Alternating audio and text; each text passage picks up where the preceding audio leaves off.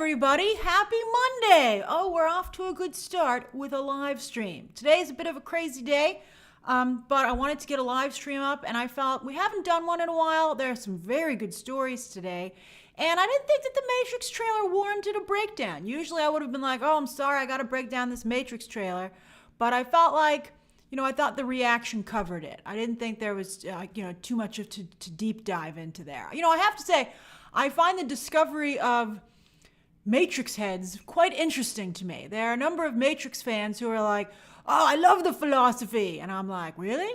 And so it's like really interesting. I think sometimes fan groups don't realize when they're like too small to support something by themselves. Hey, Skunkman62. So I saw a couple people in the comments being like, Grace, you Philistine. Why do you want more action? And I'm like, hey, man. For a lot of people, that's what the Matrix is. I know that some people really, and I do appreciate the philosophical discussions, but that's not why I tune into the Matrix, and that's certainly not why the Matrix is so famous, in my opinion. It's not because it's a really great philosophy class. Philosophy class. I don't know if anyone's ever taken philosophy class, but it was tough. All right, so we have some really great stories to go over today. Thank you everyone for joining. I think I said, hey, Skunkman62. Hi, Skunkman62. If you join during a live stream, I shall give you a shout out. I'm going to try and have enough room for you to ask me questions today, but I have a hard out at like 3:10 because I got to go and do some stuff. I got to run around outside. All right, so that's right, Evan. It's a lovely Monday afternoon. Oh, it's raining where you are? Oh, well, that is very cozy. All right, so let's get started. All right, hold on. Story number one. Boop. So, Tom Holland has, his dance card is filling up even more. So, and who is he working with? Amy Pascal. She's been saying that she's going to be continuing to work with him even beyond Spider-Man for a little bit now. But it was revealed during the press tour for Spider-Man, he confirmed that he would indeed be playing Fred Astaire for Amy Pascal. Amy Pascal, I think, is a very good producer. She's had a rough time of it since she was fired as the head of Sony, but I think she rebounded really, really well. In fact, she's more famous than she's ever been. Hey, Frosty Salt. She had a rough time. But I think that, and I think it was very difficult for her, but I'm very proud of her for not giving up. So she rallied. She did Little Women, which was one of my favorite films in 2019, right before the pandemic. That movie was fantastic. I think she's very, very good. So anyway, I don't want to comment on that, but I think Amy Pascal's doing the best she can, and I really have a lot of respect for her. So anyway, she's producing this movie, also with Sony, even though she has a Universal deal. So it's like, what? Universal's probably like, why are you doing this at Sony? I'll tell you why. It's because Tom Holland is a Sony talent. We're getting a little bit back to the days where talent had a home at a studio. And then also, when you head up one of their big franchises, they want to beef you up as an actor. For instance, Timothée Chalamet, he's Team Warner Brothers now. Same with Jason Momoa. Once Aquaman made $1 billion, Warner Brothers was like, okay, wait a minute. We got to really make Jason Momoa a big deal. So they put him in Dune. Dune. So Tom Holland is Team Sony. So he has the upcoming Uncharted movie. So that's what he's, so he has that. But I think this Fred Astaire project's very interesting. Now, some of you are already pointing out Tom Holland has a dance background. He not only started his career out, hey, Chamberlain, on the West End playing Billy Elliot, the West End show. But as some of you already said, Evan Moore said, he has that very famous lip sync dance battle that really helped him and made a big impression. And he's always dancing and doing gymnastics on his social media, dancing with Zendaya, in their early days of their flirtation. So I think it's really, really a good choice for him. Can he sing? I don't know if he can sing. Can Tom Holland act? To be honest with you, I don't know. I think the reason I was advocating for him to be Spider-Man in the first place was how good a job he did in The Impossible, the Naomi Watts, Ewan McGregor family disaster movie about that flood. that he was incredible He was just an incredible actor there. Just such an amazing actor. But I don't think we've gotten to see that side of him. I think he's tried to do it with Cherry, but I think Tom Holland's an extremely good actor. I think the question is range. I don't think that he has range. Mika's making the Michael J. Fox comparison, and he is intentionally, to his credit, doing a Michael J. Fox impression as Spider-Man, as Peter Parker. But Michael J. Fox could not get a career outside of Back to the Future and Family Ties. His career did not work out. It was partially because he got sick so early, which is a very scary and sad story, and a weird, crazy story. He worked on like this movie or television show very early in his career, Michael J. Fox, and like 4 or 5 people on that project got Parkinson's like very early.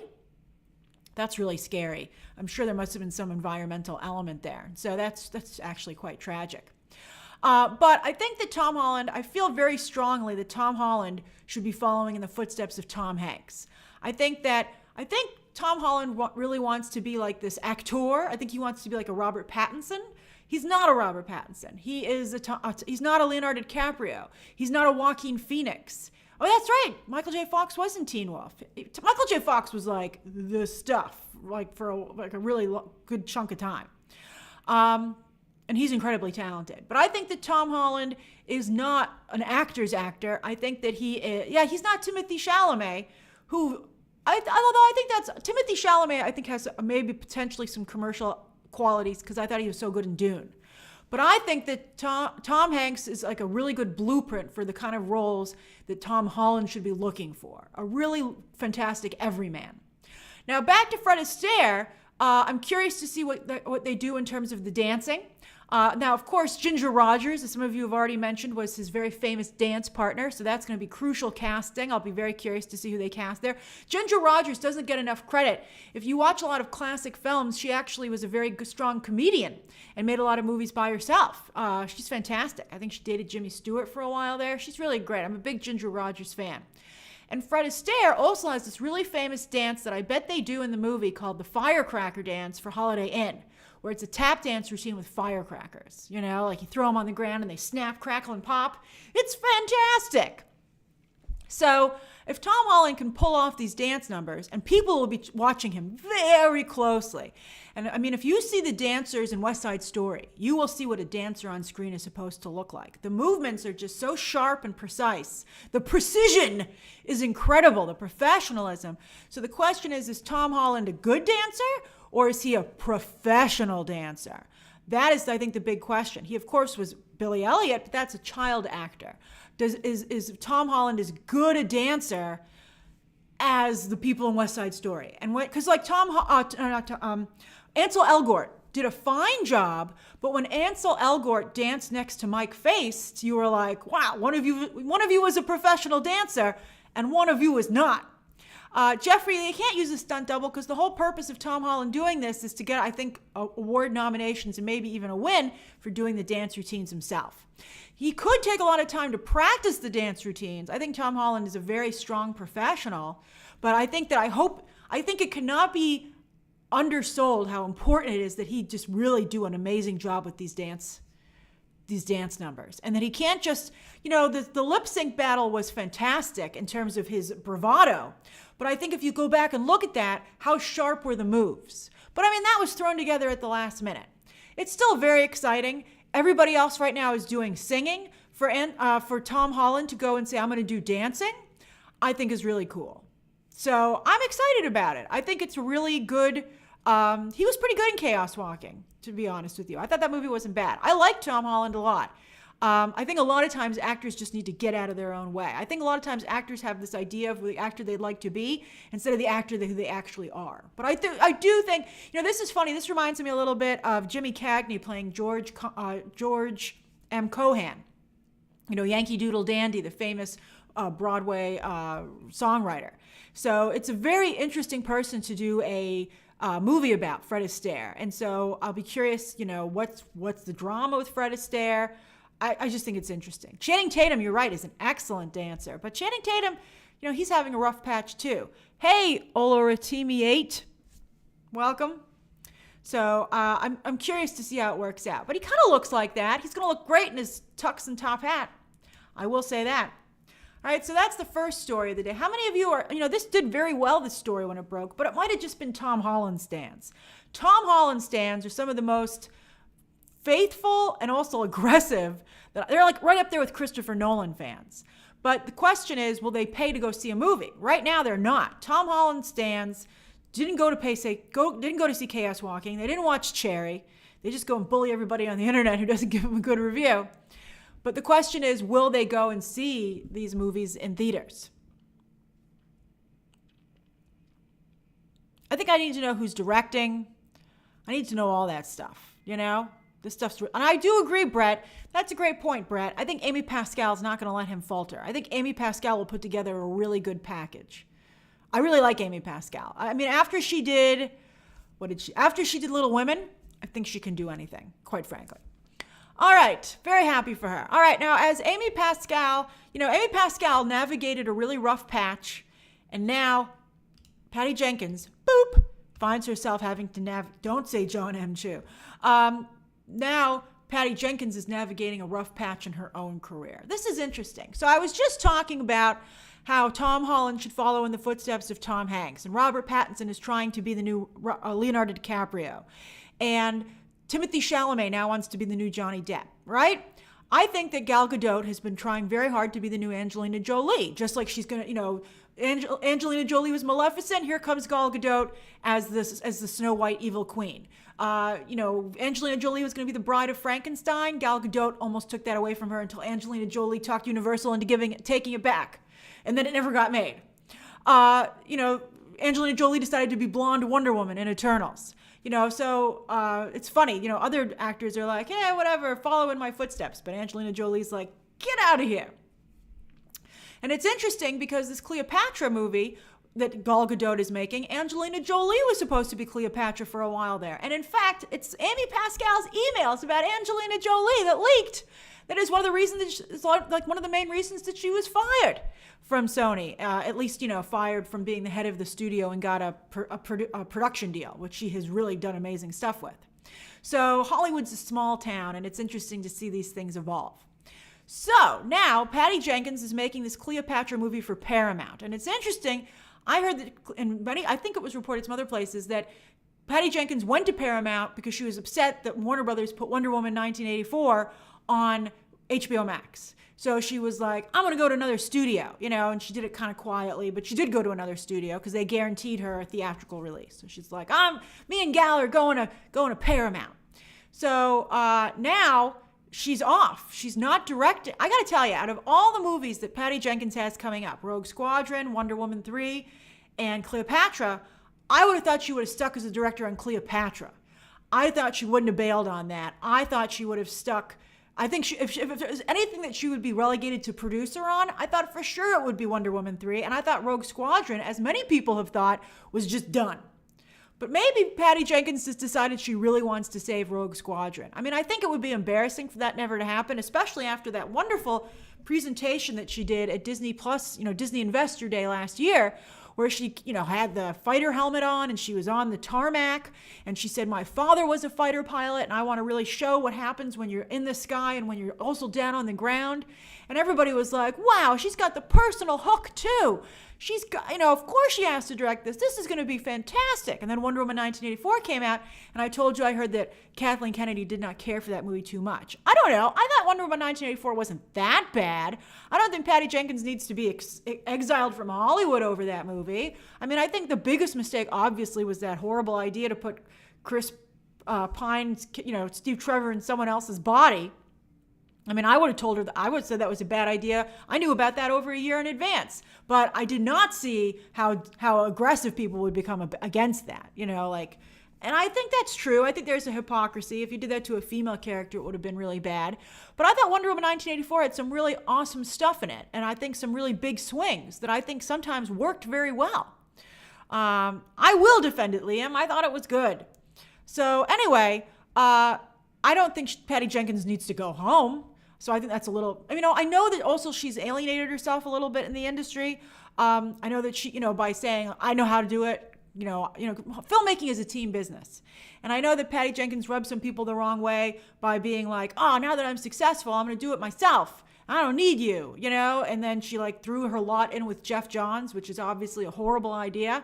And so, but when you hear stories like that, part of you has to wonder, well, if this is just because she's a woman, right? Like that famous thing where if a guy is opinionated, he's bossy, and if a woman is opinionated, she's a bitch. I think like that's really tough, and so I think that we have to be careful I think we have to do our part not to put women in that box. So I'm concerned. I'm worried about it. I think Patty Jenkins is a talented filmmaker, and quite frankly, I guess that Cleopatra is the least showy. Everything else here is a big franchise. Wonder Woman 3 was DC. Rogue Squadron is Star Wars.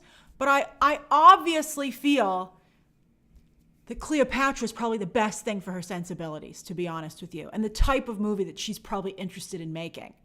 Because I didn't think Wonder Woman 1984 had enough action. I think that was my biggest complaint about Wonder Woman 1984. And when I watched it, I was like, I like a lot of what you're doing here, Patty, but I can tell that because you don't have enough action in here, you're going to have a problem. I thought getting rid of the sword and shield was a huge mistake. And then, of course, you have a third act where there's no fighting. And you're like, what? That's ridiculous. And it was ridiculous. So I think she would do very well with Cleopatra, which is a political film, right? A big drama. But I think she could handle the spectacle really well. So who is going to direct it? Carrie Scogland from Falcon and the Winter Soldier, and before that, The Handmaid's Tale. She actually did a very good job with action, I felt. I felt Carrie Scogland is a very strong action director. I, in fact, think Carrie Scogland, hey, Hyros90, should direct Wonder Woman 3 or Rogue Squadron. I think she's not a good choice for Cleopatra. I think we're putting all the pieces in the wrong spaces here. I think, like, Carrie Scogland, I don't know if she can do the spectacle of Cleopatra. And I got to tell you, Leda Kalogridis is the writer on this Cleopatra movie, so that I'll tell you right now, it's not good. I mean, her track record for screenwriting is just awful. One of the last things she worked on was the last Terminator movie. I mean, I don't understand. She should be directing Captain America 4, Jason. That's an excellent point. I think they're going to want a director of color for that movie, though, quite frankly. But I don't think, I think she directed the series. She should go with them and do the movie. But anyway, I don't think this Cleopatra is going to be very good. So that means that Sony, speaking of Sony, should still make their Cleopatra, and they should make with Lady Gaga and Denis Villeneuve, which was the last lineup when it was coming together the last time. I still think that Lady Gaga would be a fantastic Cleopatra. I think they're so similar personally in the way they handled themselves, yet they're centuries apart. And I think Denis Villeneuve sure knows how to do spectacle after Dune. I think he would do a wonderful, wonderful job. So I just feel like everybody is in the wrong spot here. But I'm excited to see women getting stuff. That's really cool. But I want them to succeed. So I get nervous. All right. So that's the second story of the day. Hold on. One more story. Boom, baby. Destin Daniel Cretin is now officially, talk about being at a studio, he is now officially at the House of Mouse long term. He signed a huge deal today, not only continuing his relationship with Marvel, but also Hulu's Onyx Collective, which is their division which focuses on talent of color behind and in front of the camera. So that's very cool. Remember, Destin Daniel Cretin is already doing American-Born Chinese for Disney+. That went straight to series. That sounds really good. I think Gene Yang is the writer, right, who's working with him on that. It's based on his book. But this also, in this announcement, it was said that Destin Daniel Cretin is signed to direct and write Shang-Chi 2, just like he did the first one. And I'm thrilled because I think he was a big part as to why the first movie was so, so good. We're almost there, Evan. We're almost there. But I just feel like you can't make Shang-Chi with anyone else. I think that Destin Daniel Cretin really knew how to elevate that material and just did a wonderful, wonderful job. That's right. Let's see if Simu Liu stays with him, right? Maybe will he be directing a different Shang-Chi? But anyway, he also is doing a Disney Plus Marvel show he's developing. And I agree with all of you. Everybody who saw the headline immediately was like, Xialing, right? Head of the 10 Rings. Let's do this. I think that's a fantastic idea. And also it would allow them to have a Disney Plus show that focused I think that would focus largely on characters of color. Wouldn't that be exciting? Certainly a lot of Asian characters, but you could do that just in general across the board. And I think that could be really cool. And I think that Destin Daniel Cretin has shown a really strong capability to handle that. So I think it just sounds amazing. And I think, the Ten Rings are obviously a really strong global organization.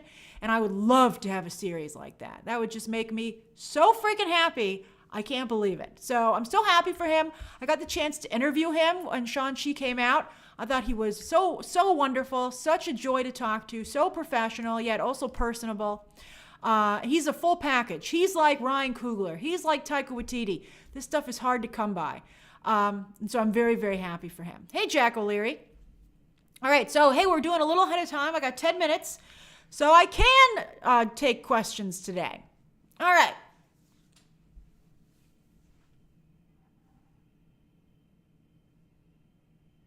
I love Ryan Coogler. Ryan Coogler is still Ryan Coogler. Did the total film? I'm waiting for the article to come out on Thursday. Did it come out today? I thought just the cover came out.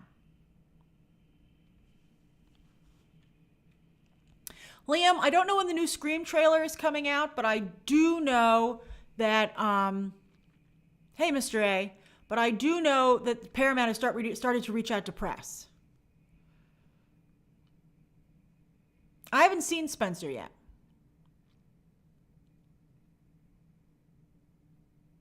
Do I like Imagine Dragons, Evan Moore? I think I do. I forget what songs they sing. I'm not a big music person. Heroes, I know the Matrix trailer dropped today. I reacted to it. I hope you'll check that out. I have a fun idea for how we're going to do our favorite movies of the year this year. I'm excited about it. It's going to be really interactive. I'm going to debut it, of course, after Spider-Man No Way Home comes out. I did watch Succession, Madeline. That was some of the best face acting I've ever seen from Kieran Culkin. With that picture being sent, there was just a whole saga written on his face, and it was incredible. It was just amazing.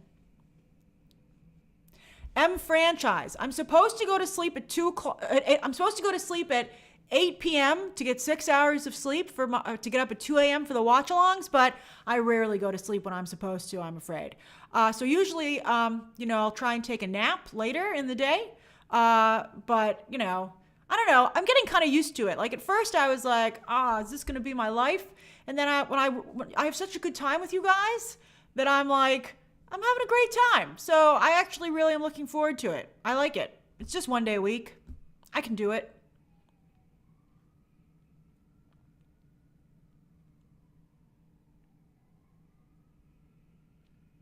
David, I'll be reviewing Being the Ricardos tomorrow, but I will say just here, since I'll give you guys a little bit of tea, that it was just an incredibly sad movie.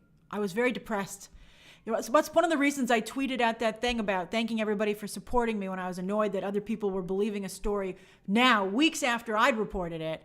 I got so upset because one person was like, oh, well, I wait until it's a true thing and not a rumor. And I'm like, but so when I reported it was a rumor, I only report things that I know to be true as well.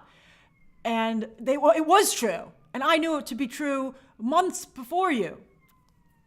So I was very annoyed.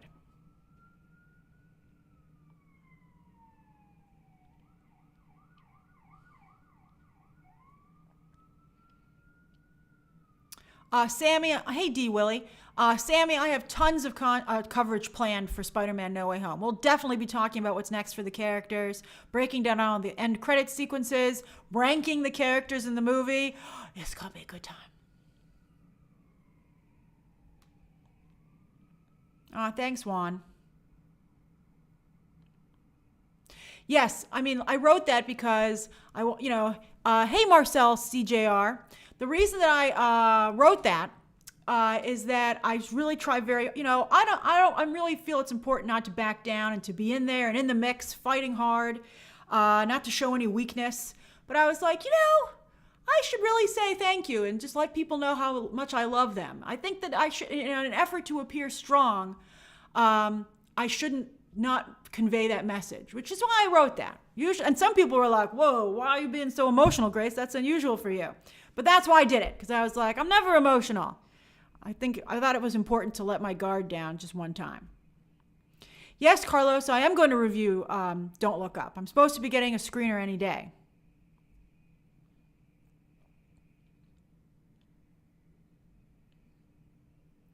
David, I think the embargo for Don't Look Up must be this week because it hits theaters on Friday.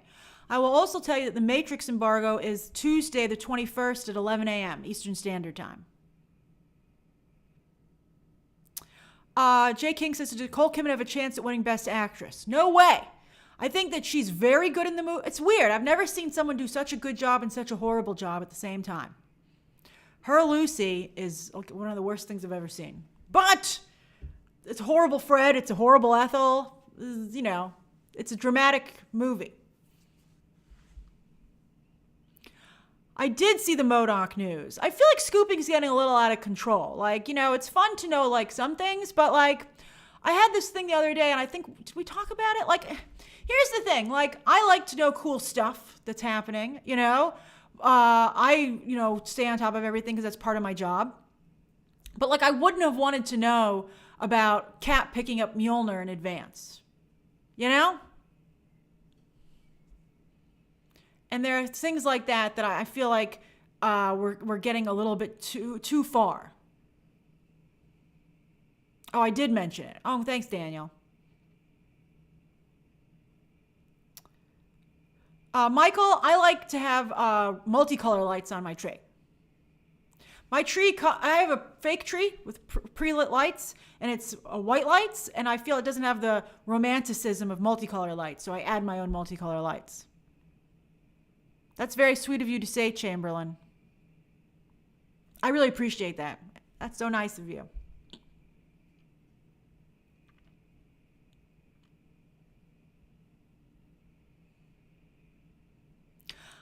Ethan, I haven't heard anything about John Bernthal returning as the Punisher. As I've told you before, I think the person that Kevin Feige likes the most besides the Daredevil group is Jessica Jones. Kristen Ritter is Jessica Jones. I don't know. I think John Bernthal, who I love, he's so good in King Richard. He's so good. But I feel like he's not the Punisher from the comics. And I feel like Kevin Feige tries to be really comics accurate, which is why he likes Charlie Cox and Kristen Ritter so much.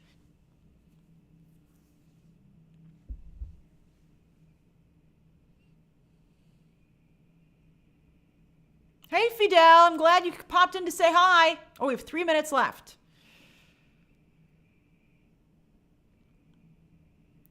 Any updates on Batgirl, says Frosty Salt. Well, I asked my source. I said, are they still trying to put Michael Keaton in this movie? And my source pointed out and said, Flash is so delayed at this point that Batgirl will probably come out first. So they really kind of don't think they could do that. So we'll see what they ended up deciding to do. But I know last I had my source check, that one of my sources check, that they were like, this scheduling is a bit of an issue for us.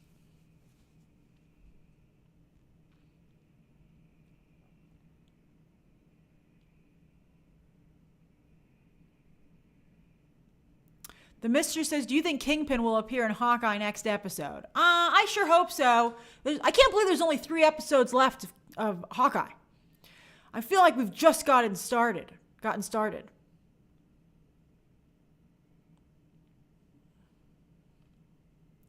I feel bad you guys are asking me about the Wheel of Time, but I don't have time to watch it. Pun, haha. But, so I don't have time to watch it, and I missed it. You know, like it's already out.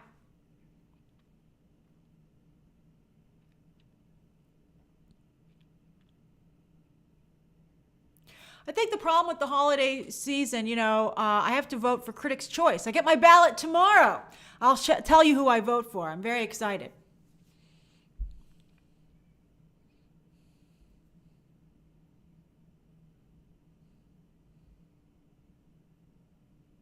Vic, that is not a green screen. That is a real view. And I always say I couldn't afford to animate cars. See them driving there?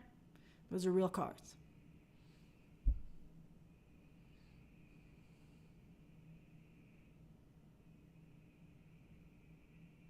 Jack, I think that's definitely Yelena with the goggles, but I don't know if she's coming in next episode.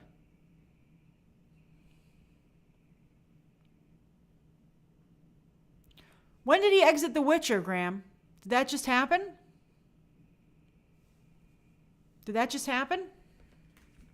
I'm trying to get screeners. Like, when the heck am I going to have time to watch The Witcher at this rate?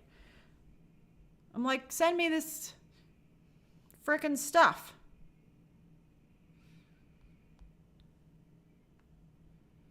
They're like, not yet. And I'm like, we're running out of time for me to watch all this and review it. Oh, it's 3:10. Thank you, Evan. I'm so glad I got to do a live stream today. It was so fun chatting with all of you. I'm hoping to do one again tomorrow. I hope you have a lovely rest of your afternoon. Kingsman, the embargo lifts next week. There's like some pretty good stuff coming up. So it's going to be good stuff. All right. Bye, everybody. Bye. Bye, bye, bye.